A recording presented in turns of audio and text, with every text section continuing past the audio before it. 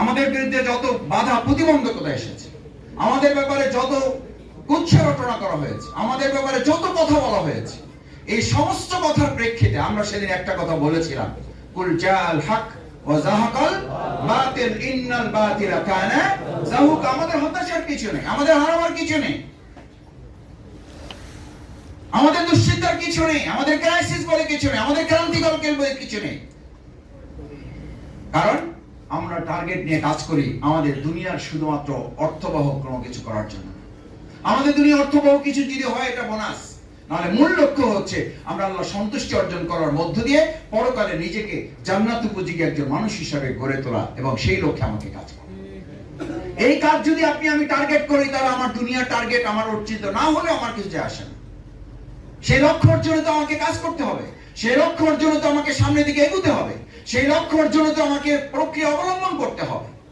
সেই টার্গেট বাস্তবায়নে যে আপনাকে পাগলপাড়া হয়ে রাসূল করিম সাল্লাল্লাহু আলাইহি ওয়াসাল্লাম যে ভূমিকা নিয়েছিলেন, যে আল্লাহ রাসূল সাল্লাল্লাহু আলাইহি ওয়াসাল্লামকে সেই জামানার লোকেরা পাগল উপাধি দিয়েছিল। আপনি তো সেই পাগল উপাধি পাওয়ার যুগে এখন আছেন, অথচ আমাকে তো ইসলামী আন্দোলনের পাগল বলা হয় না। আমাকে তো ব্যবসার পাগল, আমাকে চাকরির পাগল, আমাকে পরিবারের পাগল, এই পাগল আমাকে উপাধি দেওয়া হয়। আমি প্রফেশনালি পাগল, কিন্তু আমি ইসলামী আন্দোলনের পাগল, এই কথা তো আমাকে বলা হচ্ছে না। মানে তার অর্থ হলো আমাকে এখনো এই আন্দোলনের কাজে যেভাবে নিবেদিত করা দরকার, সেইভাবে আমি নিজেকে নিবেদিত করতে পারি না।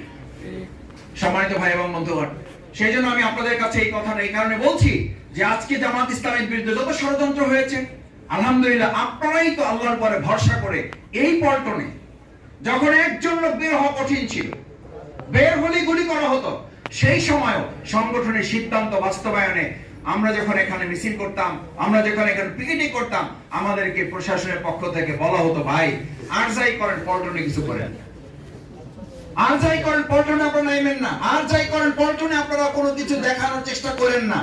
আমি আপনাদের কাছে জিজ্ঞেস করতে চাই, আমরা কি সেই কথা শুনেছি নাকি আমরা আমাদের কার্যক্রম চালিয়েছি? আমরা পল্টনকে বলি এটা হচ্ছে হাজা বালাদান আমিনা, এটা হচ্ছে আমাদের জন্য একটা নিরাপদ জায়গা, যেটা আল্লাহ তাআলা কবুল করেছেন। বহু দুর্ঘটনা বহু জায়গায় ঘটেছে, অথচ সবচেয়ে বেশি শুধু এখানকার না, শুধু মহানগরী না, কেন্দ্রের বহু প্রোগ্রাম আমাদের এই পল্টনে আমরা করেছি।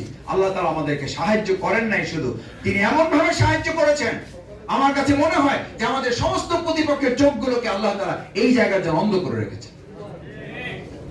আমরা বিস্মিত হতাম যে কি করে আমাদের আমিরের জামাত সহ নেতৃবৃন্দ এখানে প্রায় 2 দিন 3 দিন পর আমরা এখানে বড় বড় মিটিং করেছি।